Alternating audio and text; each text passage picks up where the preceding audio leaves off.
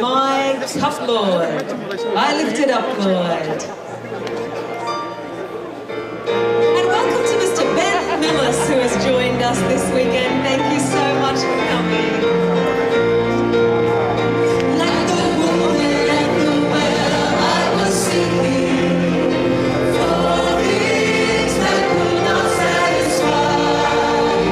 And then I heard my Savior speaking, draw from my well that never shall run dry. Fill my cup, Lord, I lift it up, Lord. Come and quench this thirsting of my soul. Bread of heaven, feed me till I want no more. Fill my cup, fill it up and make me whole. There are millions in this world who are brave. The pleasures earthly things afford, but none can match the wondrous treasure that I found in Jesus Christ my Lord. Fill my cup, Lord, I lift it up, Lord. Come and quench this thirsting of my soul. Bread of heaven, fill me till I want no more. Fill my cup, fill it up and make me whole. If you have a missing microphone in the house, you need to let Gibbo know. We are looking for a mic for Sanya. In the meantime, how about we try deep and wide? Deep and wide. There's a fountain flowing deep and wide. And if you can move into the center so those coming in can get a seat on the edges, please do that to make room for them. That would be wonderful. Let's do the actions too. Shall we? Deep and wide, deep and wide. Deep and wide, deep and wide, there's a fountain flowing deep and wide. Deep and wide, there's a fountain flowing deep and wide. Wide and deep, wide and deep, wide and deep, there's a fountain flowing wide and deep. Wide and deep, wide and deep, there's a fountain flowing wide and deep. And deep and wide. Deep and wide, deep and wide, there's a fountain flowing deep and wide. Deep and wide, deep and wide, there's a fountain flowing deep and wide. There is a suggestion for Only a Boy Named David. Did we all grow up on that one? Good, let's try that. Let's see if we can remember it. Only a boy named David. Did we find that music mic or no? Oh well. Sing up big, Sonia.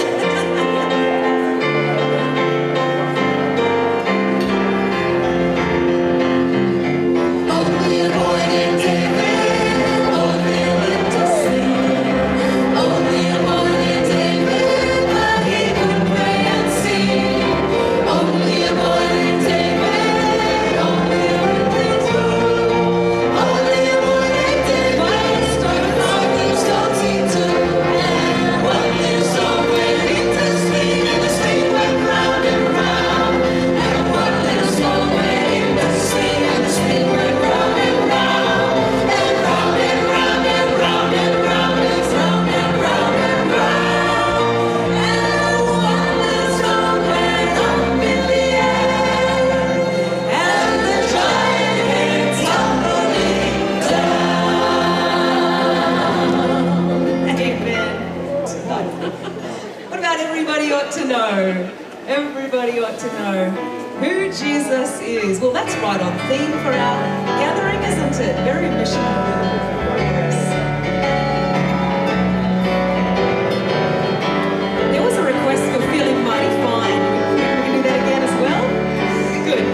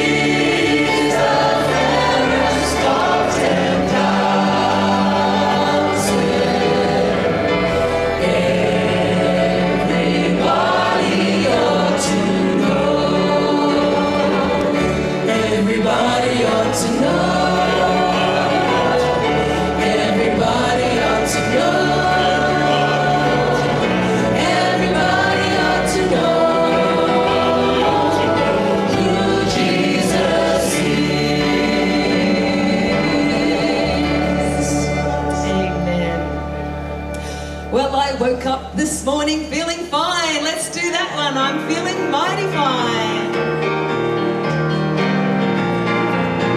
We're keeping the pace. Well, I woke up this morning feeling fine. I woke up with heaven on my mind.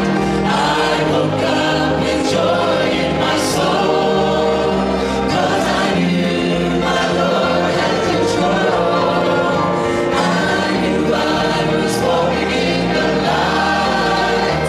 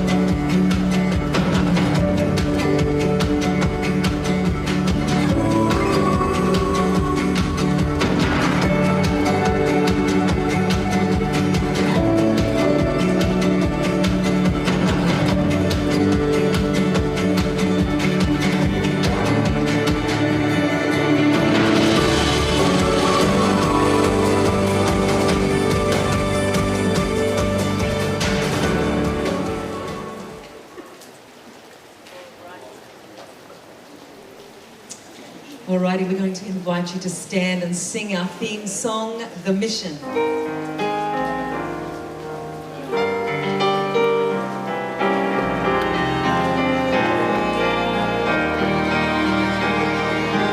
We've been called to see, boldly far and near. Jesus is the only way. With a humble heart, let us do our part. That's our mission every day. Prophecies fulfilled, there's no time to waste. Let's declare that Jesus saves. Christ so loved the world that He gave His life. His truth we shall proclaim. Grounded in the Bible, focused on the mission, till we see Him high in the clouds. Soon we'll hear the trumpets, thunder will be sounding. Here He comes, the King of Kings. He descends in glory, majesty and power. What a joyful day that will be.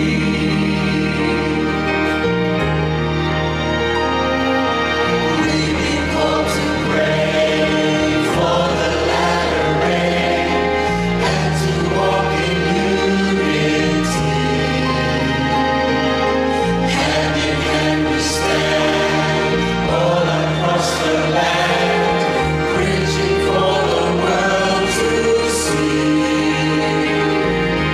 He's the great I am, He is Lord of lords, worthy of our highest praise. Wonders will be seen as the Spirit leads, if only we remain. Grounded in the Bible, focused on the mission, till we see Him high in the clouds. Soon we'll hear the trumpets, thunder will be sounding. Here He comes, the King of Kings. He descends in glory, majesty and power. What a joyful day that will be.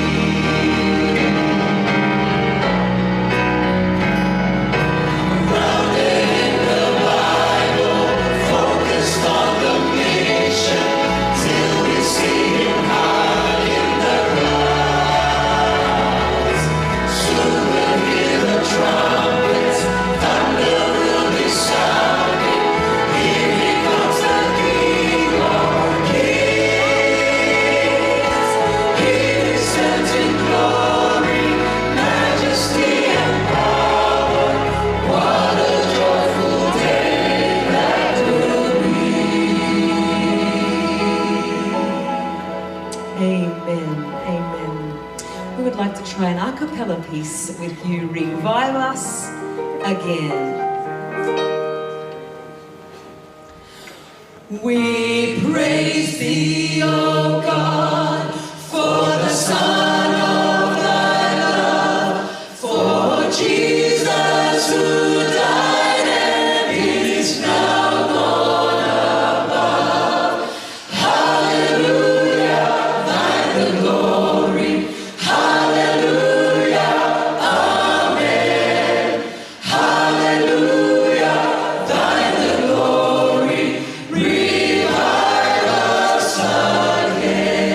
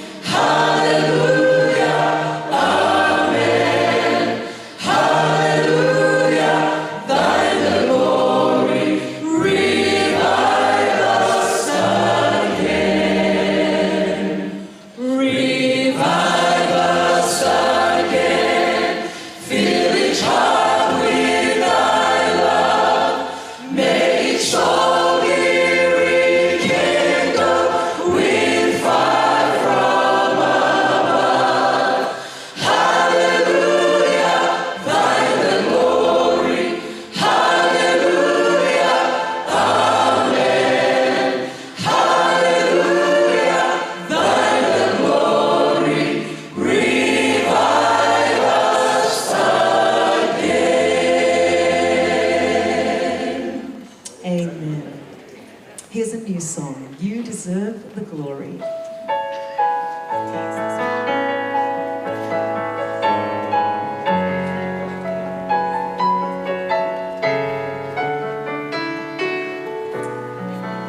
Sing with me on the first verse. You deserve the glory and the honor. We lift our hands in worship and bless your holy name.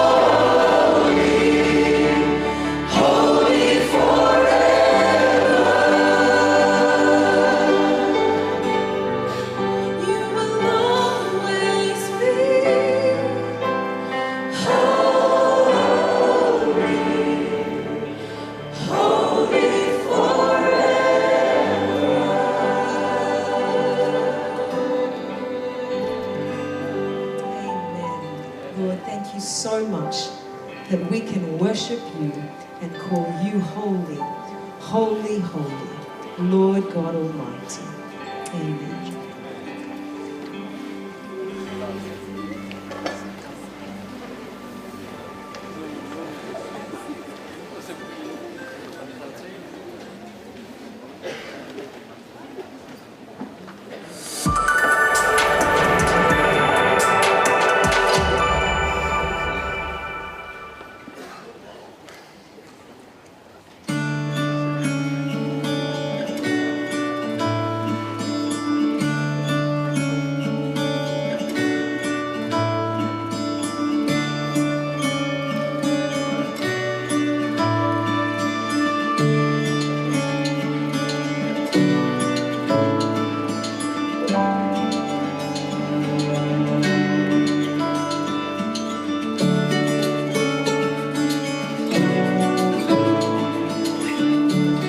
Pacific for Christ.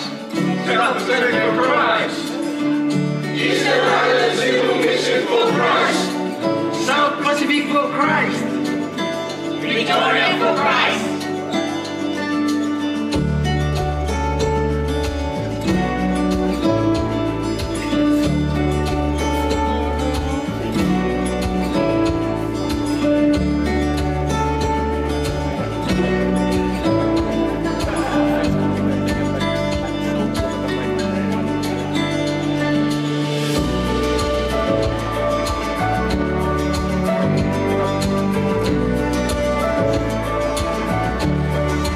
Pacific for Christ.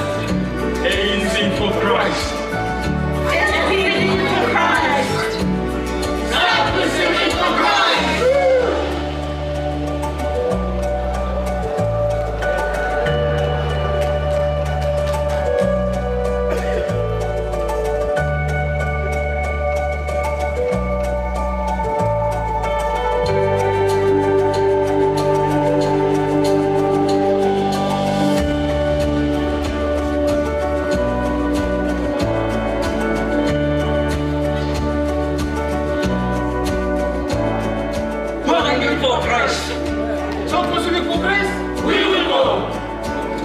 For Christ, South Pacific for Christ. VU for Christ. DPM for Christ.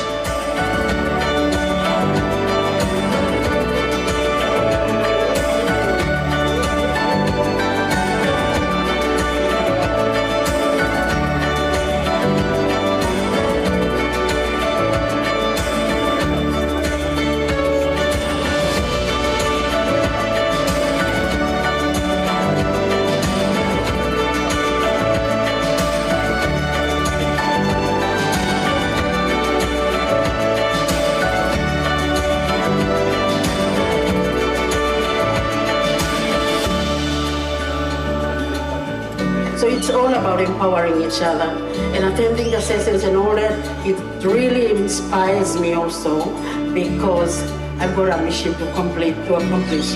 As we heard on the presentation, mission is a miracle, and I believe there's a lot for us to do back in our own missions, and it will create a lot of miracles. Amen. Can I hear an amen? Amen. Hallelujah. Happy Sabbath. Happy Sabbath, church. Amen. Sing a tamu binaka. Hallelujah. The Sabbath. The Sabbath is God's gift. Amen. It is a holy pause in the rhythm of life. And it is inviting us to rest, reflect, and reconnect. With who? With our Creator. It is a sign of God's love, a reminder that we are defined by our relationship with God. And in this sacred space of time, our hearts are invited into a deeper connection with God. Amen? Friends, we are gathered here together tonight as a united family across the South Pacific Division on this special Sabbath day, the 1st of May, 2026. And this day will never come back again. And it is indeed my honor to warmly welcome the presence of the heavenly hosts. God the Father, God the Son, and God the Holy Spirit, who I believe is here in this room, whose presence can be felt. And they are here to help us and to join in our worship tonight as we prepare hearts for the moving of the Holy Spirit. At this time, I'd like to also acknowledge and welcome the organizers of this prestigious event, SPD for Christ. The South Pacific Division President, Pastor Glenn Townend, and your powerful team at the division.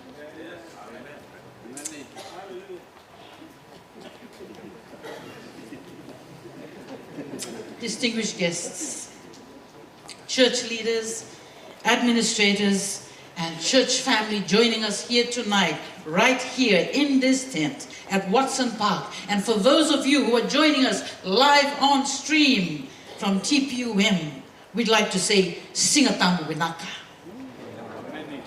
Manuia le sapata. Sapate fia fia. Maori in Tabas. And lastly, it gives me great pleasure to extend the Master's welcome to our speaker during this week, the President of the General Conference, Elder Erton,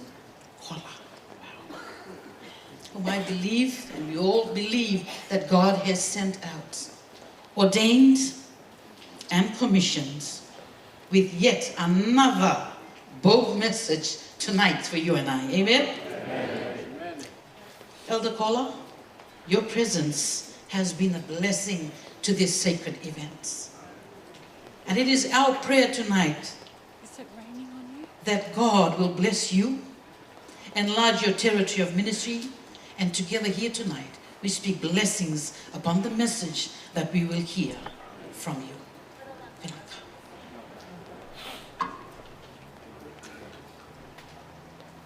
We'd invite you to stand again as we sing that beautiful song, A Time for Prayer.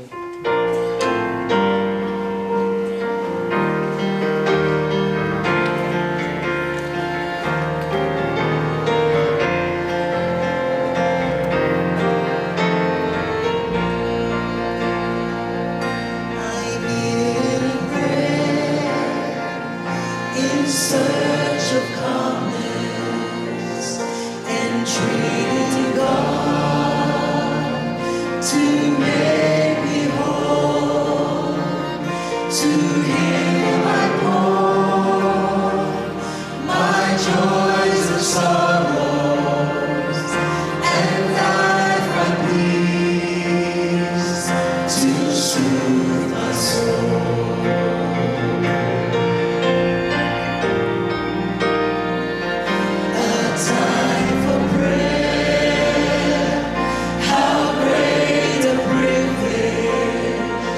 To find the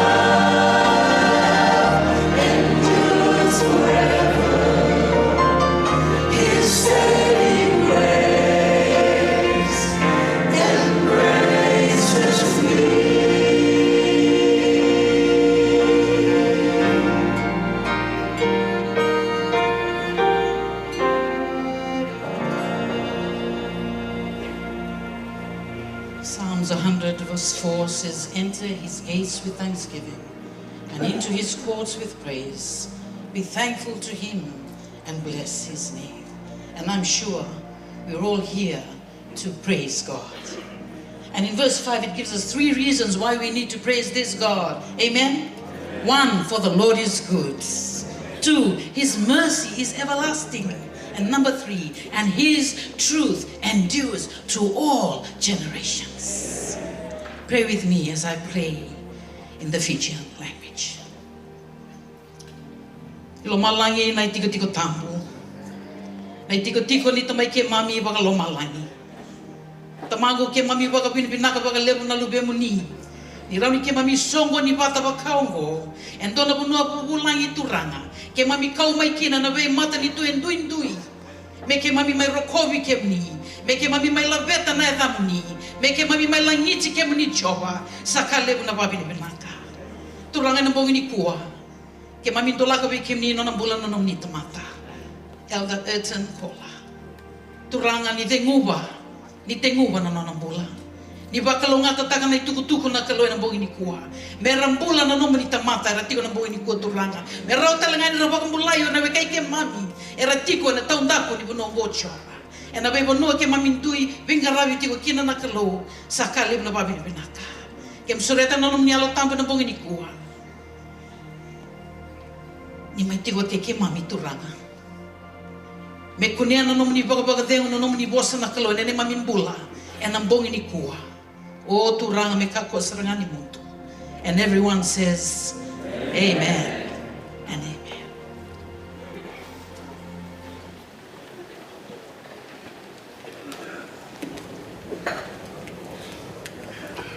All it takes is a spark.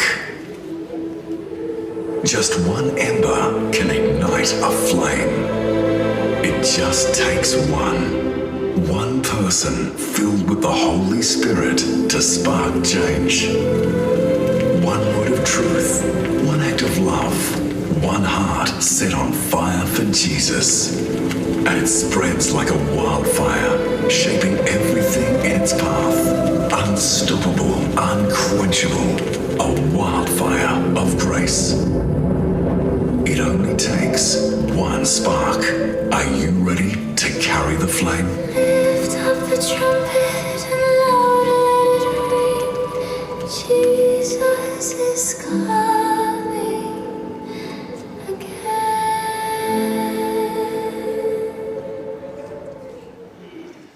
We'd like to wish everybody Sabbath blessings this evening as I just announce a few brief announcements. I loved hearing our Fijian sister this evening praying in Fijian. Did you enjoy that? You might know that each evening a different union has been hosting our program. So on Wednesday evening we started with the Australian Union Conference. Last night was the New Zealand Pacific Union Conference. This evening, Trans-Pacific Union Conference, and tomorrow for Sabbath, the Papua New Guinea Union Mission. Amen?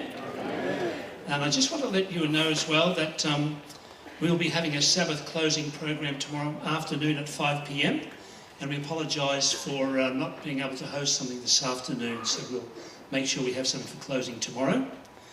Also, I want to let you know that the Adventist Book Centre will be open tomorrow evening after Sabbath from 5:45 p.m. for those of you who need to do your last-minute shopping and catching up on any resources you want to get.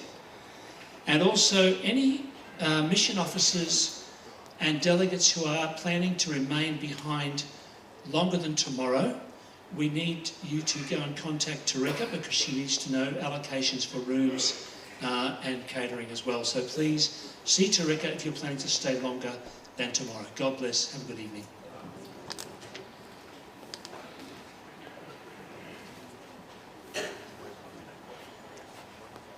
On this Vespers, we're going to take a trip to Oslo, Norway. And I want to show you this project in Oslo called Hey, or Hi, Oslo. Something interesting about this, the rendering of this real building in the heart of Oslo. It was purchased by a Dane who had accepted the Adventist message in America and had gone back to Norway, convinced that he should start the Adventist work in Oslo, in Norway. And he was debating which of these central buildings in Oslo to purchase. At the same time, Ellen White has a vision of this very building. And she says, "This is the building that I've seen in vision."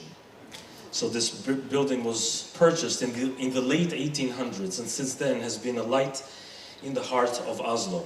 Of course, a lot of things in Norway, in society, have changed. One of the most secularized societies in Europe, where people have become disinterested in God or the Adventist message. But things have changed in the recent years there in Oslo, and these are some of the initiatives that take place right in that building. We have ADRA that has been organizing language courses, a language cafe with different languages being offered there to the community. Baby song, which is a very Scandinavian thing. You get together with your village, with other mothers, and you sing lullabies to your babies. So they do that in that building, but they come together and they sing Christian lullabies to their babies. And Sobar, and you would think, what is Sobar 74? They did a survey in Oslo to get to know the community better, and they found out that Oslo had one problem, many problems, but they found one problem. And the problem was that people were alcoholics. There was an issue of alcoholism in Oslo. However, people who were battling alcoholism and were trying to leave that did not have a safe community or a safe place to come together. So our team there of urban missionaries decided that they would open a sober bar. And that's why they called it a Sobar. And 74 is the number of the building. It's very central in Oslo, so everyone knows that.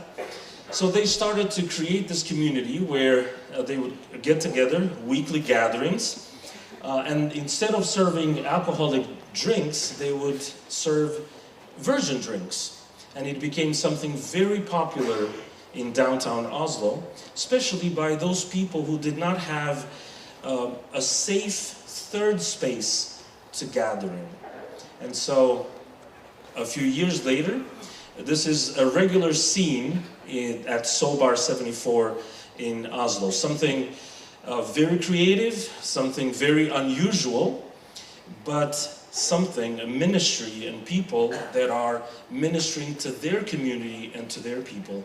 And many of Oslo residents are getting to know Christ and the love of Jesus through these acts of kindness. Join us in praying for Oslo, for Sobar, for the Language Cafe, as well as Baby Song, as they are ministering to these people in that city and in that country. Thank you.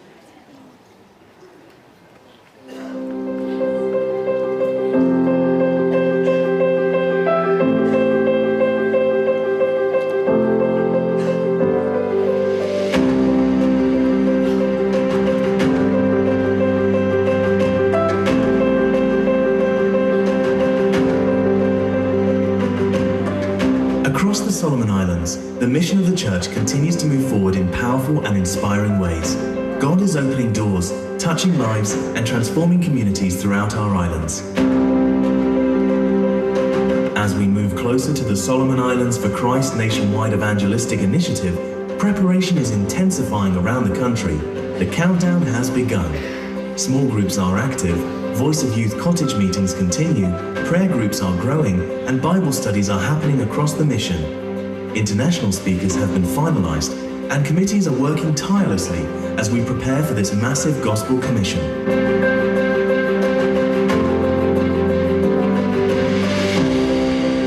Adventist church members across the nation have opened their hearts. building small churches and worship shelters to nurture new believers who are preparing to make their decisions for Christ during the upcoming baptisms for Solomon Islands for Christ. These humble structures are being raised with love, faith, and sacrifice, becoming spiritual homes for new disciples. Accommodation facilities are also being renovated in various locations to host and care for guest speakers during the evangelistic crusade. Churches and communities are working together to ensure that every visitor is well cared for as they support the mission initiative.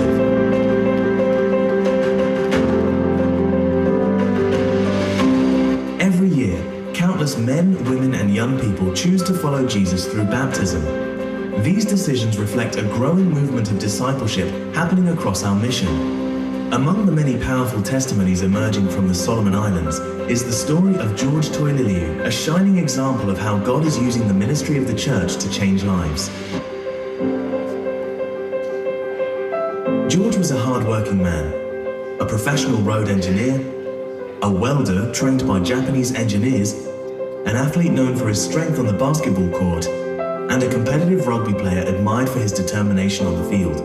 But behind his success, George drifted far from God. Caught in heavy drinking and living without spiritual direction, he even survived a near-fatal accident that brought him face-to-face with death. Years of intense sports, both basketball and rugby, and the consequences of his choices took a heavy toll. George became seriously ill, unable to walk, unable to work, and confined to his home.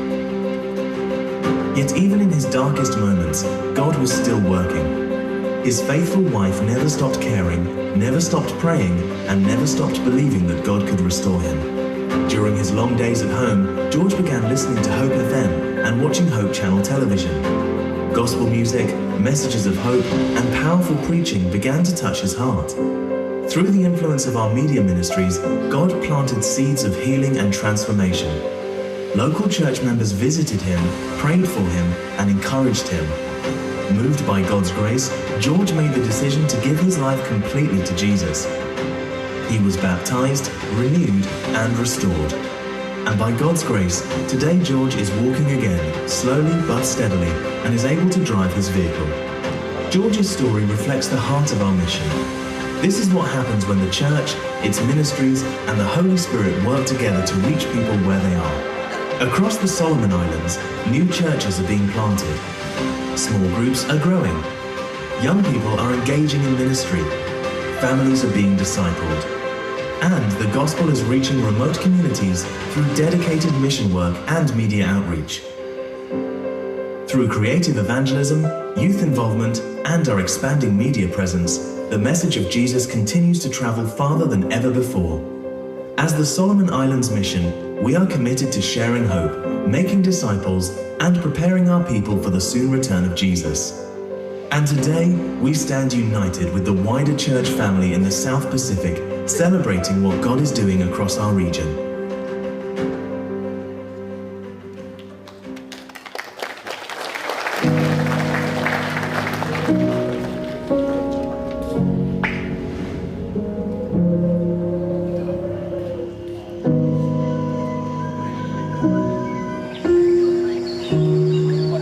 13 years had passed since the flame first reached Samoa, but the fire struggled to stay alive. Resistance, doubt, fear, all tried to smother the spark.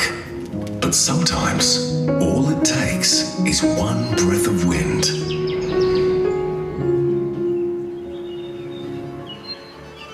In 1908, a spark ignited in the heart of Viola Keresome when she heard the Adventist message from missionaries Joseph and Julia Steed. She recognized that this message was alive. Viola took this spark and fanned it into a flame, traveling to Tonga and Australia to learn more and teach others. Viola used her gift for languages to translate messages of hope into Samoan and Niuean. Her work helped ignite the wildfire of Adventist mission across Samoa, Niue, and New Zealand. From one spark came a movement, flowing through villages, mountains, oceans, from Farley to City Street, from old traditions to new generations. Today, the Trans-Pacific Union Mission is home to more than 144,000 believers. A wildfire of mission still spreading, still glowing, still transforming lives. Because all it takes is one spark.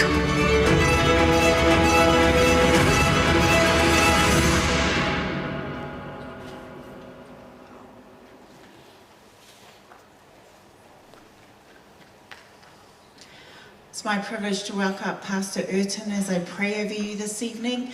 And I'm going to invite all of us to stand in unity and prayer this evening. So please stand where you are. Lord, today we praise you for life. We still have breath in our lungs, so you're not finished with us yet.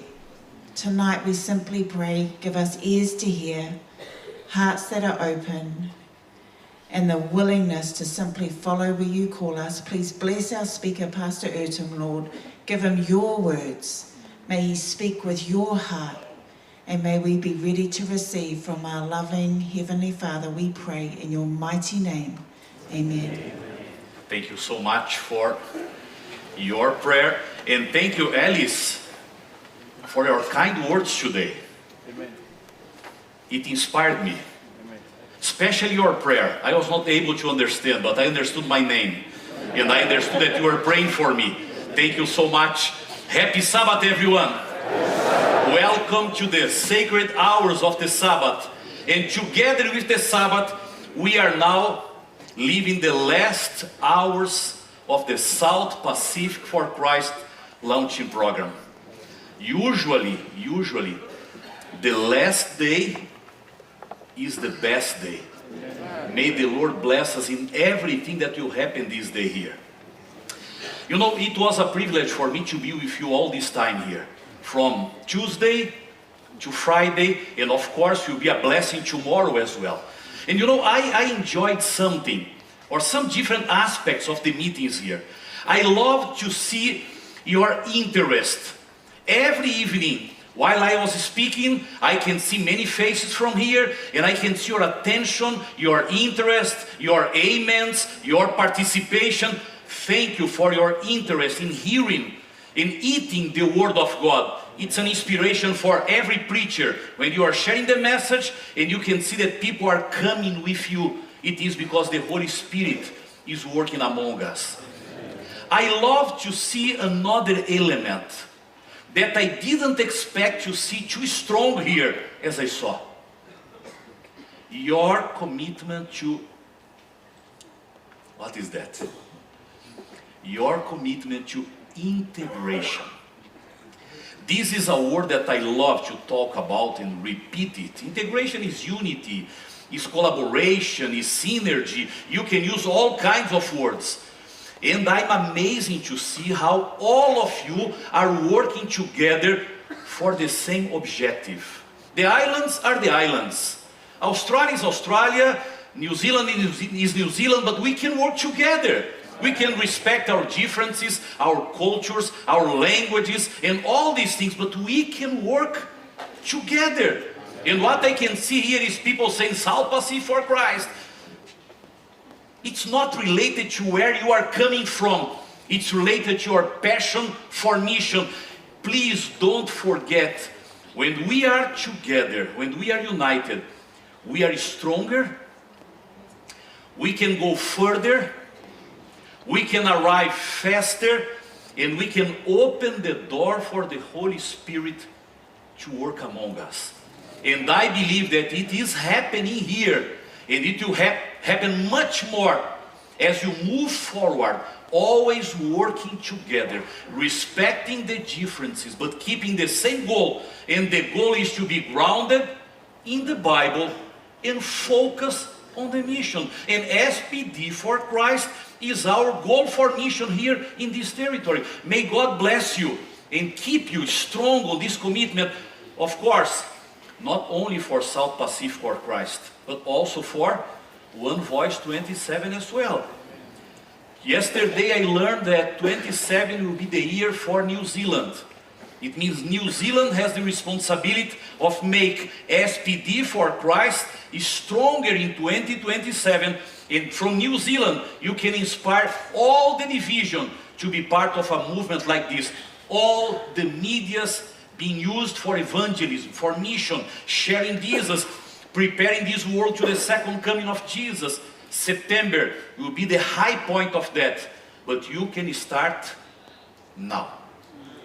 I loved also to see your passion, your commitment in everything that you are doing. May the Lord bless His church in the South Pacific Division, in your union, in your conference, in your mission, and especially in your local church. When we are together, the Lord is with us. I'd like to invite you now to open the Bible. If you can't open, at least we can study the Bible together. Today I have a message that is not about mission, but is totally related to what is behind the challenge that we have for mission here in South Pacific and all other parts of the world. It's a message of hope for you. It's a motivation to move forward, trusting in the Lord, the one who called us and will prepare the way for us. Today I would like to talk again a message from the book of Revelation.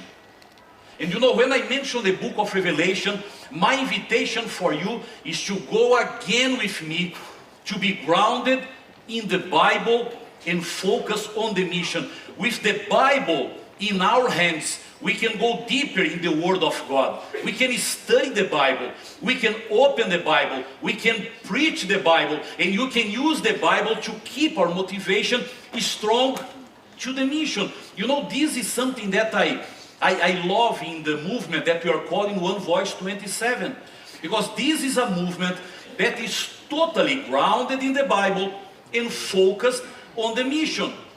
I mentioned on Wednesday, I think, when we talked about One Voice, that we'll be focused in the books of Daniel and Revelation. It means it will be totally grounded in the Bible.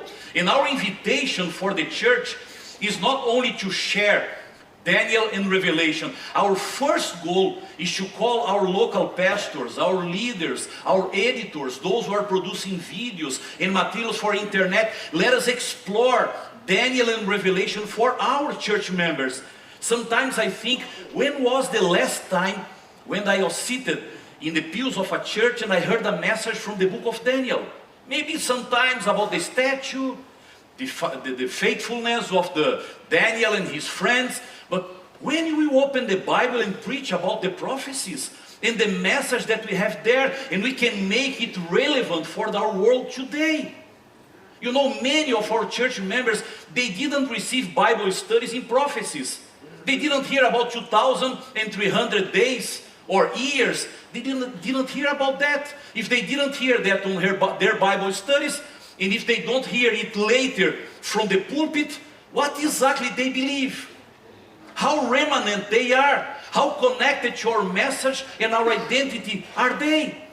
It means we need to take that movement as a motivation to call our people to go back to the Bible, to be grounded in the Bible, because if we are studying the Bible, we will be able to share the Bible. If we are learning the Bible, we can teach the Bible. But this is a call to be grounded in the Bible.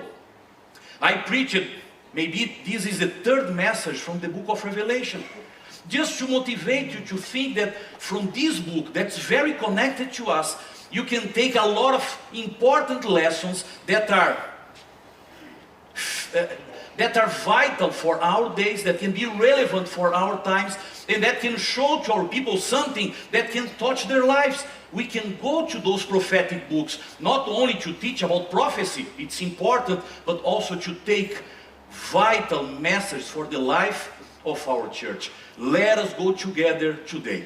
Again, be grounded in the Bible and focus on the mission. As I mentioned, our focus today is the book of Revelation. And from that book, I'd like to talk about some battles that you face as a person, as a pastor, as a leader, to fulfill the mission, to face your challenges, battles that sometimes seems impossible. You can't face it. It is bigger than you. How can you face situations like that?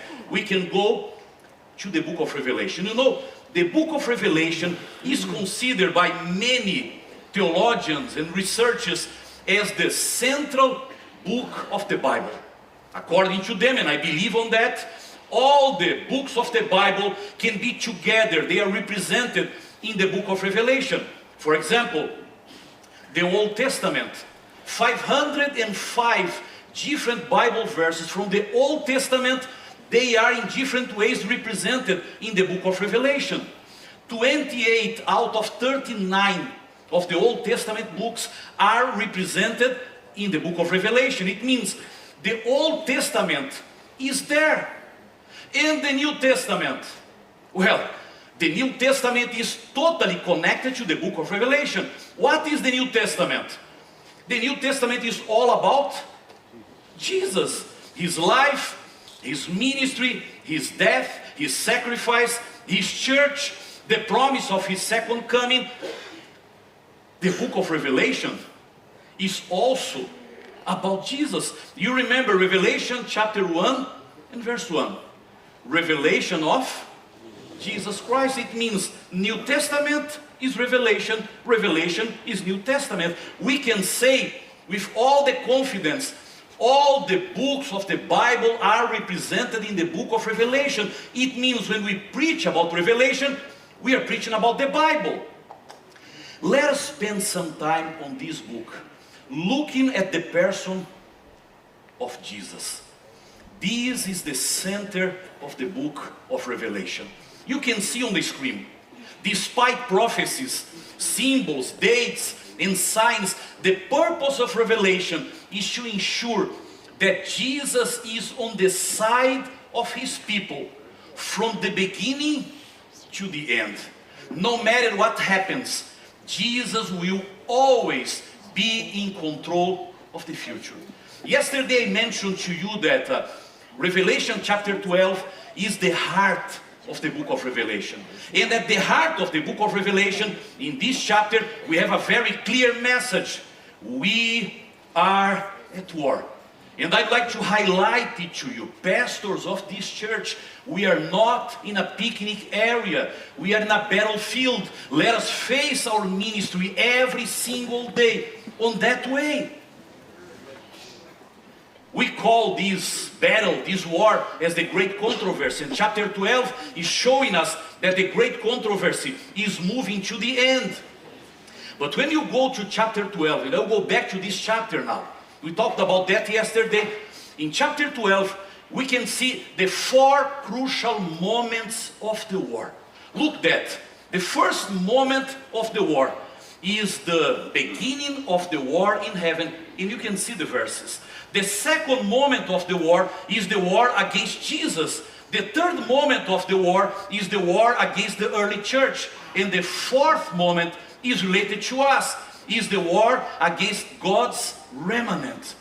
But you know what calls my attention in this war? And that's the point of the message today. It's something that bothers me. And many times I study that issue to understand it a little bit better, because the war presented in the book of Revelation seems to be an unjust war. Do you know why? Simply because that's a war between a lamb and a dragon.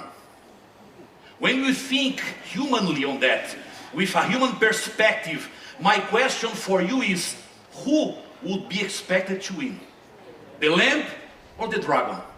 It seems to be a very disproportionate war. Because if you have a lamb here and a dragon there, you don't need to start the war, the fight, because it is defined just with its eyes, or maybe with fire coming out of his mouth. The dragon can destroy the lamb. And this is the animals that the Bible used to say, this is the war that we are facing between a lamb and a dragon. You remember that Jesus, in the book of Revelation and in the entire Bible, Jesus is the lamb. John the Baptist introduced Jesus saying, He is the Lamb of God. And at least 29 times in the book of Revelation, Jesus is called by the name of Lamb. And we also know who is the dragon. The devil is the dragon. The book of Revelation, chapter 12, presents him as the great dragon. And at least 8 times in chapter 12 of the book of Revelation, Satan or the devil is presented as a dragon. But you know, this is not the only disproportionate war that we can see in the Bible. When I started to study that, I understood we are talking about the end of the great controversy. We are talking about something that we are living now. But when we go to the Bible, we can see that's not the only one. Do you remember this one? Moses and Aaron fighting against Pharaoh. They were only 2, representing a large number of slaves, fighting against the most important power of that time, fighting against the king of that country. It was a very unjust war, an impossible war. What's in the Bible? Do you remember this one? We know it from the beginning, from our childhood. David and Goliath. A young guy trying to fight a giant. It's an impossible battle. It's impossible. Do you remember this one? Elijah and 450 prophets of Baal. And he was there trying to fight against them. He was alone. They were together and the crowd was with them. That was a very unjust war. Do you remember this one? Gideon was called and he decided to prepare an army for the war, to fight against the Midianites in the best way possible. And the Lord said, hey, stop. You go only with 300. And you remember all the story. And finally, Gideon and 300 fighting against the Midianites. That was a very unjust war. We can see many others. You can expand the list of unjust battles and fights and wars that we can see in the Bible. But we are still facing some situations that we can consider like impossible battles. We can't fight against that situation or those situations. Number one, when we think about the church mission and the world population, can you see this as an unjust war? We are the Seventh Adventist Church, 212 different countries and territories. Amen. We have 24.3 million members. Amen for that. But when we look the size of the world with 8.2 billion population, the question is, how can we face the challenge that the Lord placed before us? It's impossible. It's impossible. We are 24 million. It's too much for us. But when we start to deal with the global perspective, we are nothing. We are like a lamb trying to fight against a dragon. It's an impossible battle. And when we think about the countries that are closed, we can't enter those countries. When we think in many other challenges that we have, it seems that the Lord placed us in a battlefield to fight an impossible battle. We can't face it. This one. Do you know this one? Mission versus secularization. Well, I can sit now and you can come to replace me because you can talk about it. Very well. How can we face it? More and more people are saying, I don't believe in organized religion, I don't believe in institutions, I don't believe in Christians, I don't believe in the Bible, I don't believe in Jesus, I prefer the money, the prosperity, and all this stuff. And we are trying to reach those people, but it seems that their hearts are being closed, and we can't enter there. And we are hearing these days stories from Oslo, from Tokyo, from Kolkata and other places where our people are trying to find different ways to reach people. And we are reaching them, but 1 here, 2 there, 5 there, 3 over there. We are not able to move forward faster. It seems we are fighting An impossible battle. A few years ago, when we talked about secularism or post-Christianity, always we mention those people are located in the United States, Europe, Australia, and New Zealand. Now, they are everywhere. You, coming from PNG, you have settlers in your territory. You are coming from Solomon Islands, you have settlers in your territory. You are coming from Fiji, you have a lot of secular people there. People that are being wealthy, they are being powerful, and they say, I don't need Jesus, I don't need religion, I don't need the Bible, I have everything that I need. And we are trying to find a way to be relevant, to share a message, to build relationships, and everything that we are teaching and talking and sharing with you. But it seems that we are not progressing too fast as we expected.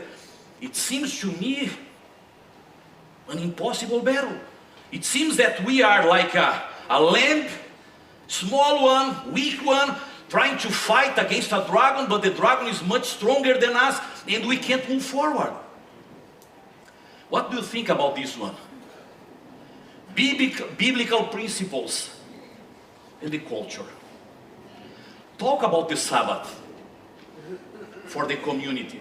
If you talk about rest and happiness and family time together, it will be excellent.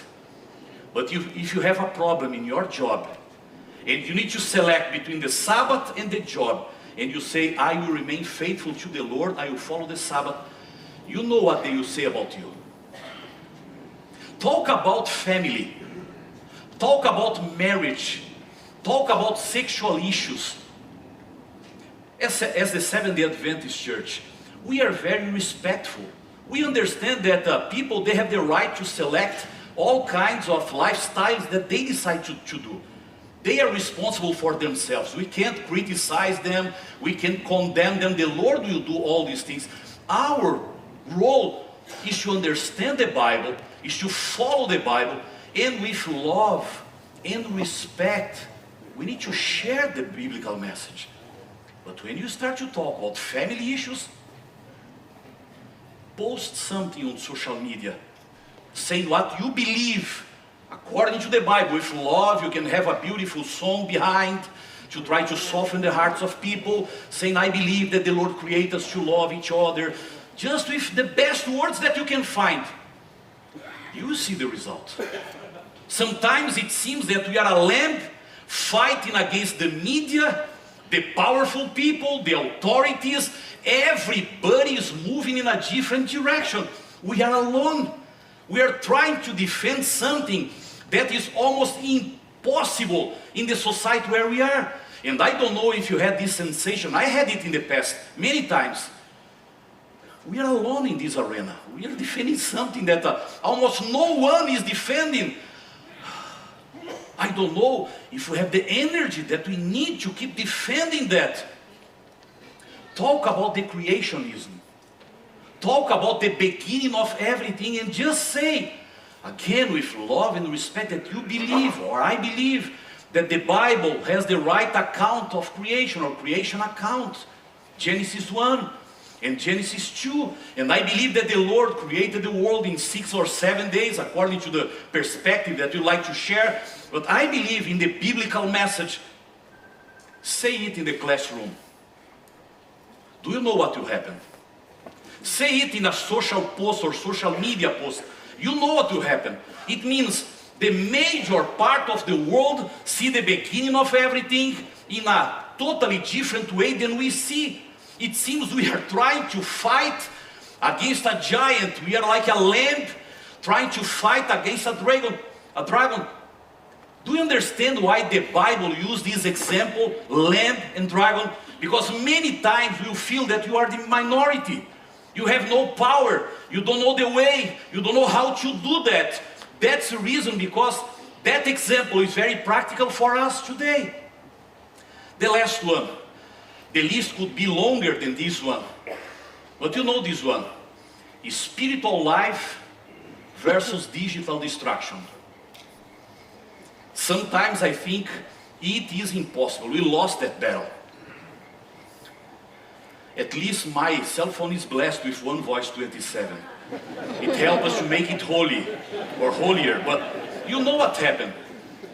Maybe you are not doing that because it's too dark here. But if you are in a local church, sometimes the parents say to children, get it and do something, because they like to watch the sermon. And they are playing games and all this stuff there. And the father, the mother, the parents are just watching everything. Please with that. What will happen to the next generation? It seems that in some place of the world we are losing the battle. Or you keep this phone in your pocket, you don't have your Bible because you have all the content here. You can read all the message here, but while you are reading, an Instagram message, bling, another WhatsApp, bling, and of course you are a human being. You are made by flesh and bones. Immediately you see what's happening there, because you can't wait 15 minutes, 20 minutes. You need to see. And probably that moment the preacher said something that could change your life, and you are paying attention on Facebook, Instagram, X, TikTok, or WhatsApp, I don't know, YouTube. Sorry? Yeah, I can stop now. But you know, sometimes we say the young people, they are not paying attention in our young people. We are all facing this problem. They are paying the price for something that we are doing, and they are doing like us, they are following us.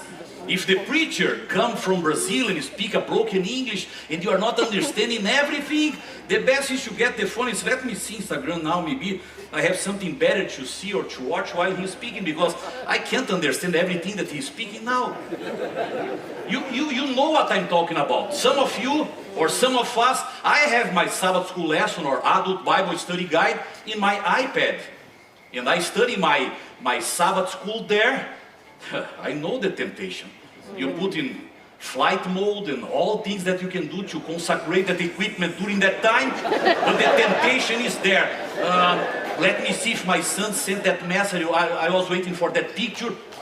You know, sometimes this issue of spiritual life and digital distraction is a battle that we don't know how to face it, because we are all sinners.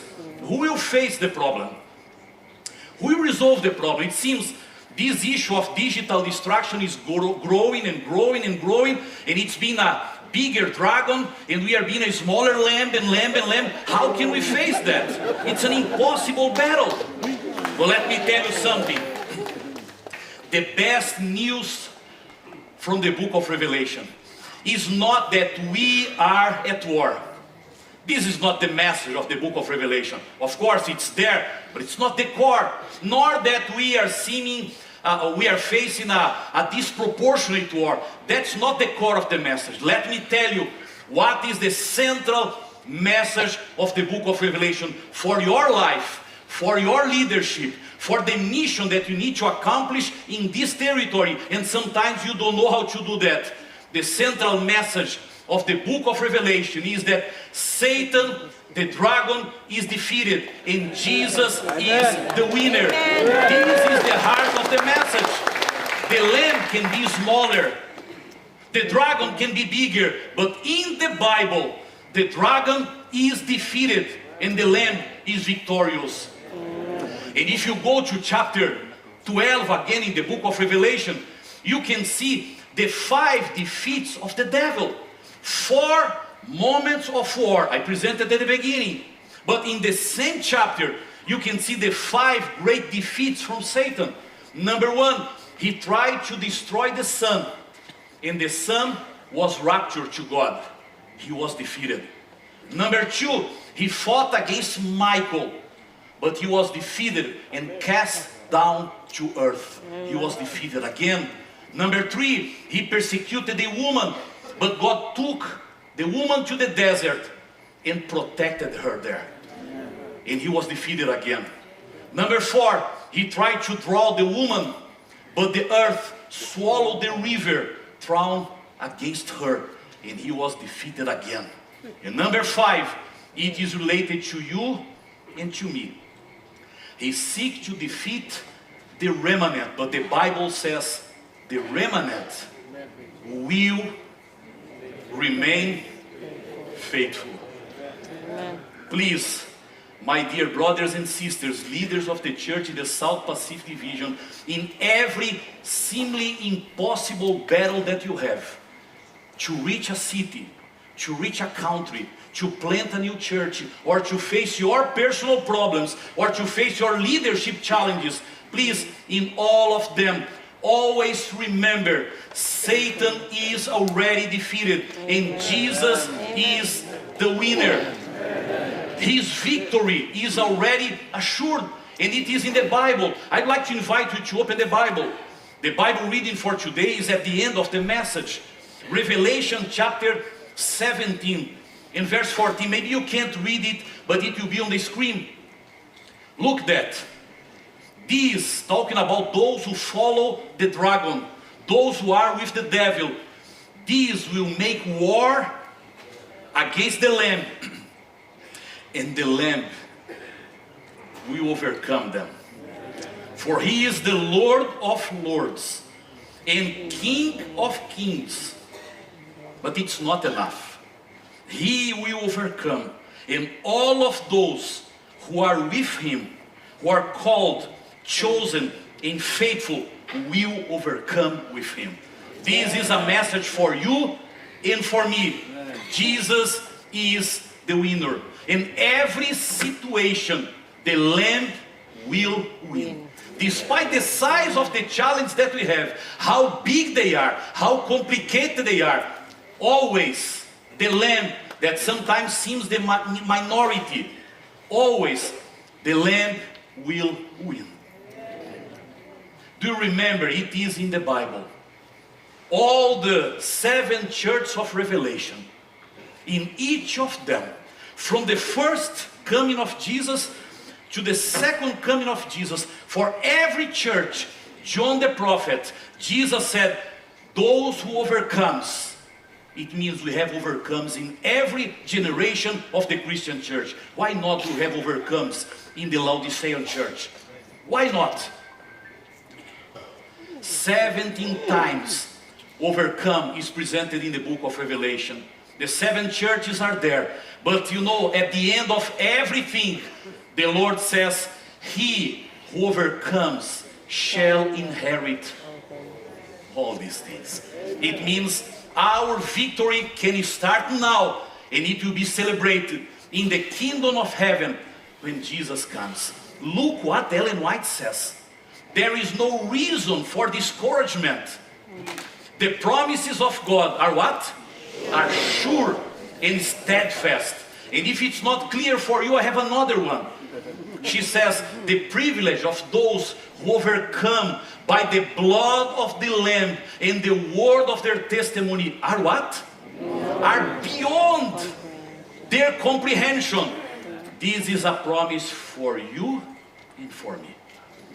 And I'd like to end the message today just inviting you. Leaders of the church in the South Pacific Division, you are planning for South Pacific for Christ. One of these years, or these years, your country will be selected. One of these years, your union will be on the spot.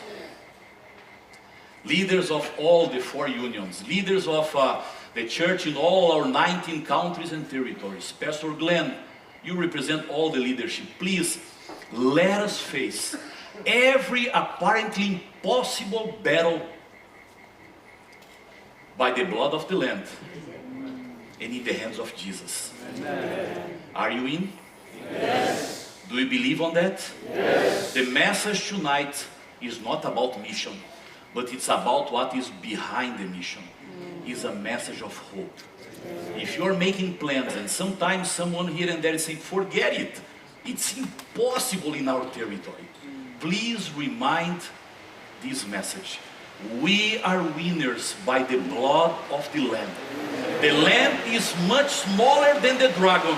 The rain can come upon us, but we can move forward, trusting that the Lord will protect His people. And we'll be winners by the blood of the Lamb. It is related to the mission. It is related to the church. It's related to your personal life. Again, may the Lord count on you, your faith, your commitment, your courage to say, I will go by the blood of the Lamb and in the hands of Jesus, because this church doesn't belong to me. It belongs to the Lord. I am just an instrument in His hands. I will move forward, despite my size and the size of the challenges. The Lamb will overcome. And all of those who are with the Lamb will be overcomers together. Are you ready to move forward holding the hands of the Lamb? Yes. Our Heavenly Father, you know each of us. You know our hearts, you know our intentions, you know our challenges. Especially here in the South Pacific Division, always when we talk about mission, we also can understand, we can identify all the challenges that we have. And many of them are much bigger than us. We are trying to do our best. We are evaluating all the best strategies, the best plans. We are calling people to come together. We are doing everything we can, Lord. But it is still bigger than us. Tonight, you heard the response from all of those who are here. I was not able to hear the response from those who are watching us on internet. But they are together. They are also understanding that this message is for us and it's for them. Dear Lord, help us to move forward by faith. Not by sight. Not by what we can do for God, but based on what the Lord can do through us. We would like to face the dragon.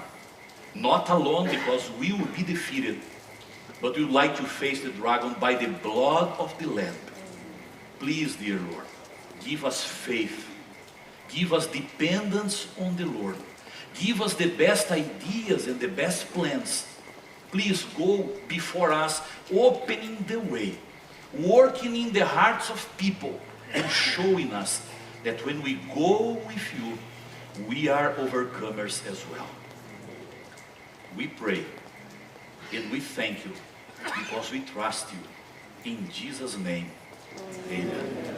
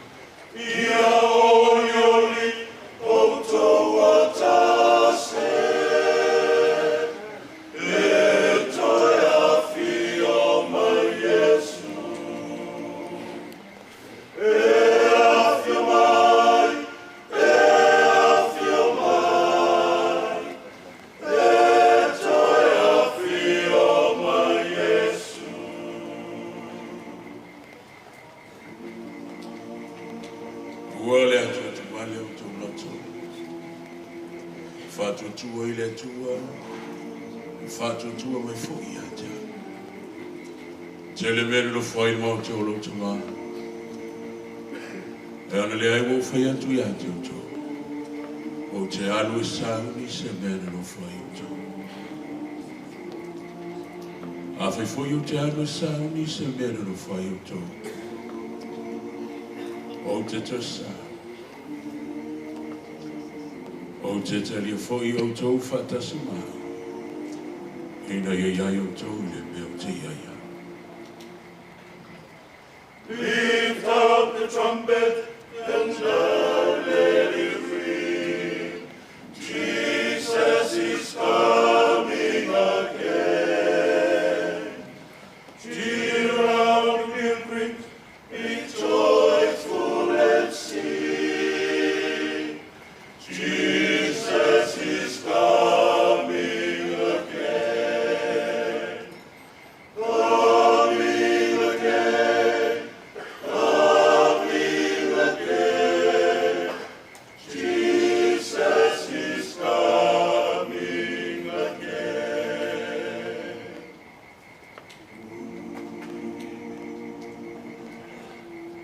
not let your heart be troubled. Trust in God, trust also in me. In my Father's house are many rooms. If it were not so, I would have told you. I am going there to prepare a place for you. And if I go and prepare a place for you, I will come back and take you to be with me, that you may also be where I am.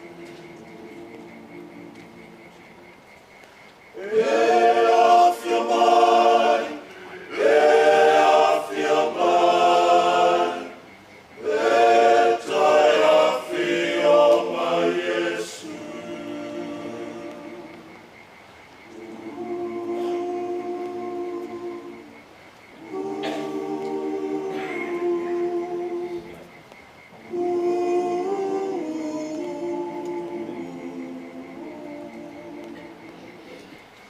Jesus is coming again.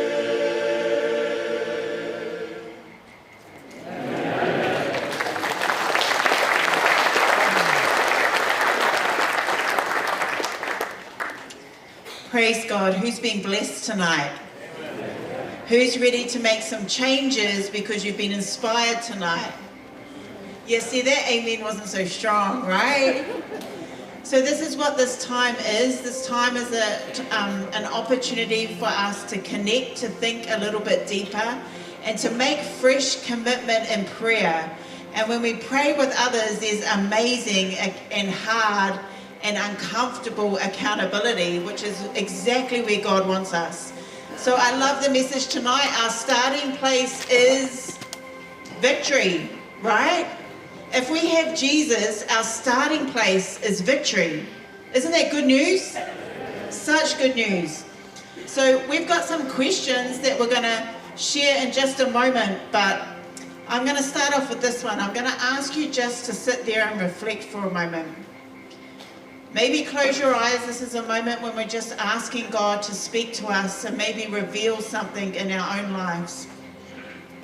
And I was really struck by one of the points that talked about the battles we see between the biblical principles and the culture that surrounds us. And so I'm asking you tonight, what battles do you see between biblical culture and biblical principles and culture in your own life? For yourself, what are those battles between what the Bible shows us and the way that we're living?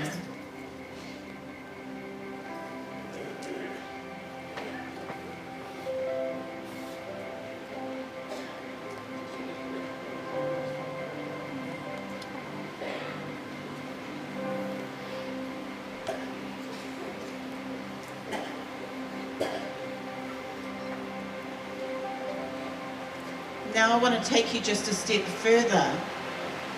What are the battles you see between those biblical principles and your family?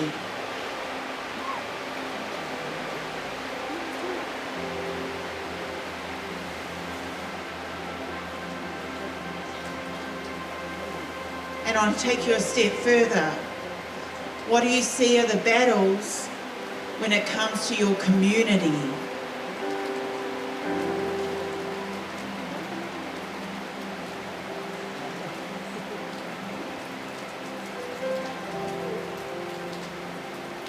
God's heart broke so much with this tension that he couldn't leave us here, and he looked down through eternity and saw us at this moment in time and knew that the cross was going to be worth it to save us from those battles.